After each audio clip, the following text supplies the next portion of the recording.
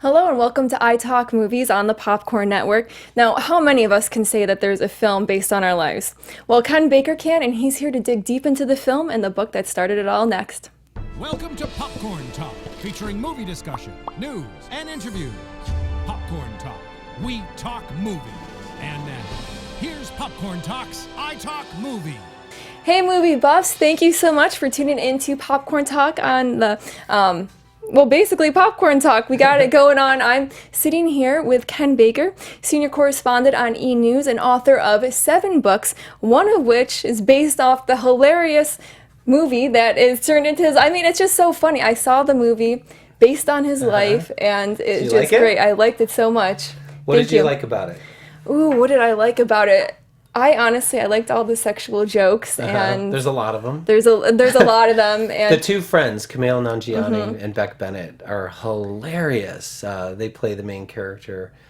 His name is Pete, not Ken Baker, but it's all inspired by my story. And I think those two guys are hilarious. Like Kumail, everyone who watches Silicon Valley knows him really well. He's great on that. And Beck Bennett, of course, from Saturday Night Live and the commercials he does. And he's like they're both so talented. To me, every time I just laugh so hard. It's just so funny because, let's face it, someone going through puberty, like at 30 basically, is funny. There's a lot of room for comedy there. And so those guys, they really mind it. I'm super happy with how it all turned out. And that's what I was wondering too. Now, how much of the film is actually similar to your life? Did you have a couple friends like that would always kind of joke around with you and try to get you out there meeting girls? Yeah. In fact, the two guys, the two friends, like I said, Kumail and Beck, who played the two friends, they are kind of a composite of this friend I had. I was living at the time that I got diagnosed with this and had the tumor removed and went through this like renaissance and kind of like sexual renaissance or whatever. I had this friend who lived across from me in my Santa Monica apartment building. And his nickname, he was from Switzerland, and his nickname, I can't tell you why, but his nickname was Swiss Chachi. Oh. Swiss Chachi would come over to my apartment and tell me about like how I should just be having as much sex as possible. So that's kind of where that came from. And those screenwriters just kind of ran with it, and they did a really funny, they did a really good job. But you asked the question, so what is true and what's not? So don't judge, but it's rated R, and well-deserved rated R. Yes. And my son is 13 and a half, and we had a little friends and family screening over the summer, and I was like, and he's really into filmmaking. He's into like writing and shooting his own videos and all this kind of stuff. And so he wanted to come, and I was like, I don't know. It's kind of crude, blah, blah, blah. I was like, maybe it's just one of these teachable moments. I'm just going to bring him.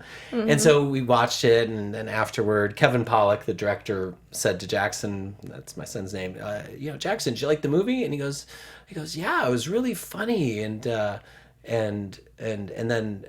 I was like, oh, he handled it, because it's like, there's like the stripper scene, or she's really a hooker, and there's a lot of like masturbation and like hooking up with girls in bushes and stuff, and so we were on the way home, and Jackson's like, Dad, I had a question. I go, yes, son. Bad dad. Bad dad story. Yes, son. What question do you have about this R-rated sex comedy that I just brought you to? That's based on me. And he says, he's like, well, he goes, how much of that is true that in the movie? Like, what really is true? And I was like, well, I'd break it down this way.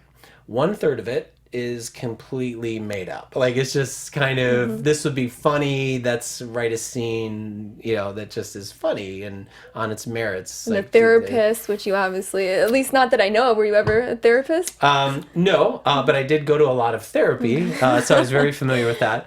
But I was, I'm a journalist, and so I'd interview a lot of people, and I would have interesting encounters, like sometimes with like sexual innuendo and stuff.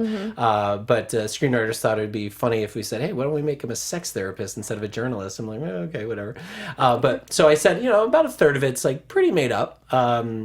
Another third of it is kind of true. It's based on something I experienced and that I told in my book, and it's all based on this book. And then another third of it is totally ripped from the pages of my book. It is really true. It did happen. Or it was something that in consulting with the screenwriters, I told them and they kind of went with it. And of course, my son says, well, which third is true? And I was like, well, read the book. The part I don't want to talk about. That's how you do it. Read the book, because I'm not going to tell you. Did you ever talk to him before the film, though? Did you kind of explain to him what was going on, or did you just have him sit down and that was the first time? No, he knew my story. I mean, I'm very open. We have a really good relationship, and he's long known my story, you know, as he's gotten older. But he's not old enough, or he wasn't ever to really read my book.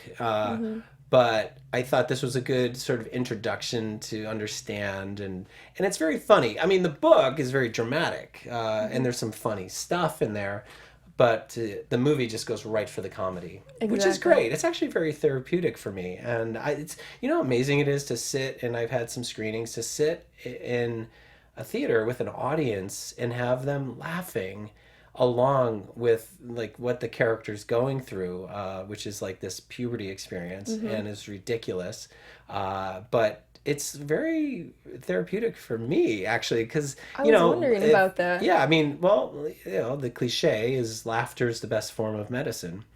And truly, for me, having this book made into this really great romantic comedy, Brittany Snow, by the way, she was excellent in it. Really good. It's the ultimate form of healing to see this manifested into some sort of form of great entertainment. But back to Brittany Snow, I don't know about you, but she just really, to me, makes this movie, gives it a heart center. Yeah, she was, Baker's, but she was your love interest in the film. Yeah. And she really was the one that cared for you and really, like, through it all, even, you know, with your ups and downs, was always kind of there for you. And I was wondering if she's similar to, like, your wife in real life, or if she was, like, the first girlfriend you had after the surgery. You know, really, so when I was in IRL, in real life, I was diagnosed with this tumor, and it was in 1997. And at the time, I was dating a girl. She was a ballerina in San Francisco. I was living in LA. I was working for People magazine. I'd met her working on a story. And she was also in graduate school for like physical therapy, and so she had a medical kind of background, and you know, she had a lot of understanding of that. And she could tell, like, something's wrong with you, you know, like, why is it so hard for you to have sex, or what's going on, and like you always are tired and this and that. And she's like, you got to go to the doctor. So I went to the doctor, and she was very helpful and there for me. So there's part of her in that, and then, you know, ultimately I had some, you know, relationships and things, but I met a woman who eventually became my wife, and so it's kind of like a composite of that person. You know, real life's a little bit messier than a movie, but yeah, I was very fortunate to have someone in my life, a woman in my life, who was understanding and sensitive and really helped me get help and was there for me, you know, when I was getting healthy and stuff. And ultimately that relationship didn't work out. I'm not going to give away the ending in this book to tell you what happens, but it's a great relationship, and I think it rings true. But like I said, Brittany's sort of, I was thinking about it. I was like, if this movie didn't have Brittany, and she acts the role so well.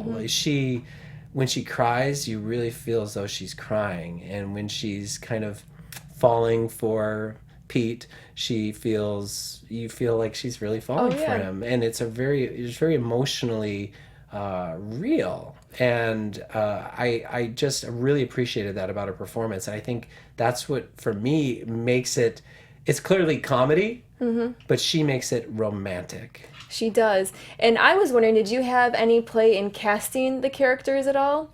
You know, actually, no. So, like, you did a great job casting her. You cast Jane Lynch, who I thought she was one of my favorite parts in the film as well. So funny. She plays the boss, and takes credit for everything, every part of Paul's career. We have a great team of producers who really, but I have to give real credit to Kevin Pollak. He's the director. And when Kevin came on, he was able to get Oscar winner J.K. Simmons, Jane Lynch, Maria Bello, Brittany Snow came on, but he really, really worked hard to convince them to do it. And, a lot of it was shot in Los Angeles, but most of it was shot in Bulgaria. Yeah. So, I mean, sell that one to, the star of Pitch Perfect and whatever. I mean, but he did, and he pulled it off, and he did an awesome job. I think that, obviously the script was, and I say this because I'm not the screenwriter. I did consult on it, obviously, and it's based on my book, but the screenwriting was fantastic, and the actors really brought it to life. It was, it's interesting for me to have that experience of seeing a book that I wrote turned into a screenplay, because there were things that were written on the page, and until they were acted and performed, I never really got the feel for what was on the page. And it's a magical process when it works, when an actor will take it, make it their own, animate it, and really bring the humanity to what's on the page. And the actors are, it's just such an impressive cast. There's not a bad actor on there. No, there really isn't. Yeah. And that's what I was kind of wondering too, is did you feel like when you saw it in the film that there was a lot of parts left out because it wasn't the book? Like, I feel like with the books, it's so easy to write and explain the story, but with the film, you got to edit it down. Did you feel like watching the film then any of the story was lost? No, I think for me, what I always said, as they optioned my book and my life rights, and I said, guys, just make a really good movie. But there was one thing I really wanted to come across, which was I want the message that there's more to being a man than being male. And that's a big theme of the book. It's a big message that I have. And I was like, if you can somehow get that message across, then I'm fine. As far as like all the other details and everything, the experience that he goes through and the condition that he has is what I had. And the general, like, act 1, 2, and 3 of his life is basically what happened to me. And so the broad beats of it and some very specific scenes were actually like real things that happened to me. And to see them playing out on screen is, bizarre and surreal. And of course, like the first time I was in a group, I'm like, I'm very self-conscious all of a sudden. Yeah, that's what I was going to say. I wonder if you were a little bit self-conscious, or a part of you, like, I want to almost see you in the film. Like, now I think that's Ken Baker. Yeah. That's his life exactly. And I know some of it is, fictional, but now everyone kind of has their view of who Ken Baker is. And did you...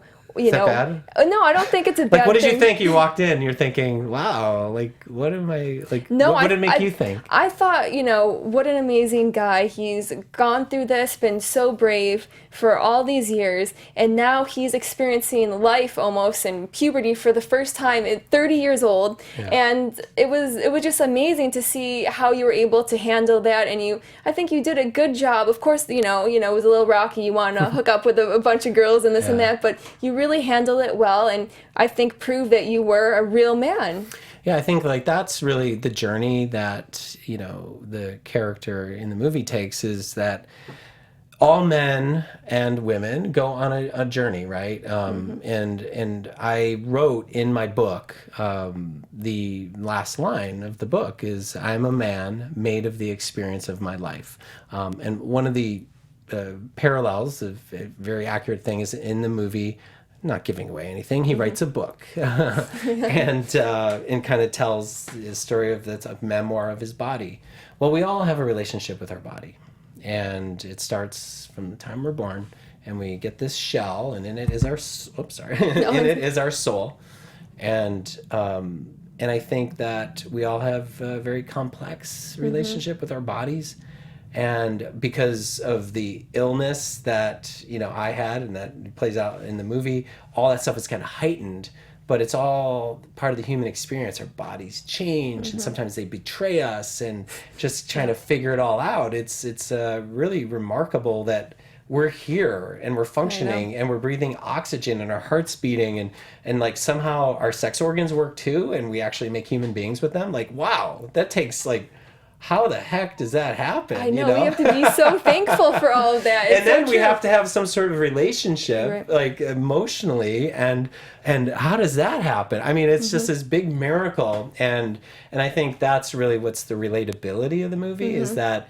That's why I think it's a good date movie in a way. Oh, yeah. Don't you think? I think a good date movie, I think it would be good for teenagers who are going through the whole process of not understanding their mood swings and this and that. Yeah. But I was wondering, growing up, you must have known, maybe something isn't quite right. I'm an early teenager to late teens to early 20s. Did even your parents think, maybe, we should see if something's going on or bring you to a doctor? Well, the kind of tumor I had, just quick medical background, Dr. Baker. What happened was, so at 27, I was diagnosed with this tumor that was attached to my pituitary gland. And of course, I had no idea where my pituitary was. I thought it was like in my armpit. Or is it my neck? I don't know. It's like, no, it's at the base of your brain behind your eyes. And I had this tumor about this big, stuck up in there, and it was secreting prolactin. And prolactin is a female hormone that women secrete to produce breast milk. And I had, the normal level, men have trace amounts of it. They don't need it, but there's like a trace amount there. And first page of the book is... says the prolactin level in the blood of an average male, 9, and there's a measurement. Prolactin level of a pregnant woman, 200. My prolactin level on October 16th, 1997, 1,578. Oh my gosh. But it wasn't like when I'm like 14 years old and should be in the height of going through puberty, and 15, I had a level of like almost 1,600 when it should have been 5. It wasn't that way. The level grew as I got older because the tumor got bigger and was secreting more of the hormone. And so it wasn't until my early to mid to late 20s where it was really debilitating me, because I was able to function. I had girlfriends and I was playing hockey. I went to college on a hockey scholarship. Yeah, because I was going to wonder if you were able to play hockey during that. Imagine if that tumor was gone, how amazing you'd be in hockey. Well, that's my thought. And when I got healthy, I actually took a year off from journalism and played professional hockey for a year because I had unfinished business and I wanted to be able to do that. I had a wonderful experience. I wrote a book about that. So I've been very blessed. You're looking at a guy who's kind of like, Done it all. I'm not even a huge fan of Jimmy Buffett, but I discovered a song by him, and it's called Schoolboy Heart. And there's a line in there when he says, something like a Swiss Army knife, that's my life. And then he says, Frankenstein has nothing on this body of mine. And I feel like that sometimes. Like, I've really been through so much and have come out a pretty well-adjusted, blessed, fortunate human being. And I feel so grateful. And now with the movie, it's like, wow, how did I hit the jackpot with this? Because this could have gone in a whole different direction. I know, honestly, from playing pro sports to working for, different magazines, to being on E-News, to writing books, making films. You have an amazing career, amazing life. It never, and don't forget too, I had, in the movie, it's like, you get the tumor removed and he's like, oh, da-da-da. Well, actually, they got most of it out, but some of it is still in my head. A lot of people don't know this. I'm telling you, it's an exclusive on Popcorn Talk.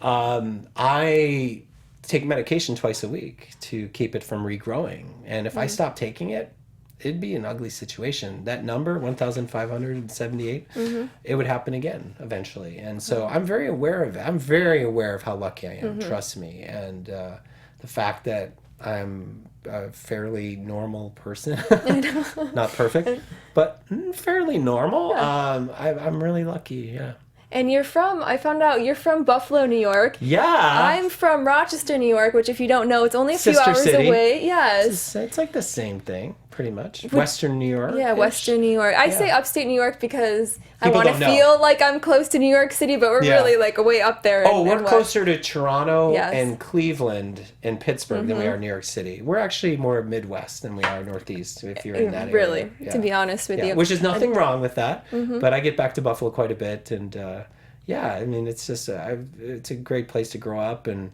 I kind of have this fantasy of bringing my kids are big hockey players. I kind of have this fantasy of bringing them back there and getting to play hockey, and That would be that's fun. what I had. Yeah. I heard they're quite the little stars playing for the junior Lakers, and you travel all over with them. They grew up with the Junior Kings. And, the Kings. And they're really great. And I had a great experience with playing hockey growing up, and the fact that they've taken up the sport. My son and my daughter, it's pretty cool. Not to give away the ending of the movie, but these two have quite the romance, and things happen with them, as you know. But I'm really glad you saw the movie, and it's an interesting experience for me because I haven't really talked to a lot of people who've seen the movie. Like I brought some people to it, and the producers and stuff, but I haven't really talked about it. So can I ask you a question? Yeah. Did you think that? Like when there's these scenes where it's like he's rushing with hormones and he's like masturbating and he's doing all this stuff. As a woman, like, what were you thinking? It didn't bother me one bit, to be honest with you. I was like, oh, this is great. I'm like, this movie is so funny. And you were asking me my favorite part, and I can't even say that I can pick a favorite part because I was laughing the whole time. There's only one serious scene where he is speaking with his father in the film, and it brought me to tears a little bit. I have to admit it. And I'm like, I feel like they had to put that in there to also show the seriousness of the situation. But it's just, for a very kind of traumatizing experience you went through, you're able to turn it into such a funny film. Thank you. I'm glad you brought up the scene with the dad, J.K. Simmons. He won an Oscar for a reason. Yes, he is incredible. And there's a scene where they have a heart-to-heart, the son and the dad. And that's all very based on my life. My dad, who passed away in 1995. We had a really close relationship, extremely close. And, not having my father, it's a big hole in my life. And you see how important it was for that element of it. And he just wanted his dad to, support him and not think he was a freak. And the dad wanted to love him, but always was like, something's wrong with him. And that's stuff that I went through, actually. And it was well done. Well done. And it's hard to pull that off in a movie in the middle of this kind of constant kind of rush of humor and funny situations and awkwardness and I mean, there's like the American Pie kind of scenes in there. Like it's like, is that the apple pie or whatever it was? Yeah, it was the apple pie. Apple pie, yeah. Yeah, and there's no apple pies that are violated in the making of The Late Bloomer, but they're socks. Spoiler alert. I know. No, but I definitely, that's exactly what I was thinking. It's similar to American Pie, definitely different. And that section though, the serious part, I didn't feel like, it was just like thrown in there. It flowed very well. It wasn't abrupt at all. It just flowed from funny to serious to funny again. Well, and, having Kevin Pollak, who's a well-known comedian, comedic actor, and a dramatic actor as well, to have him engineering all that, which was already a really solid screenplay, it just made it work. But you mentioned American Pie, but also I saw a YouTube comment because the trailer came out about a month ago, and we've got millions and millions of views on the trailer. Too. We have the trailer. We do? We do. We have the trailer, so let's play that. You want to play it now?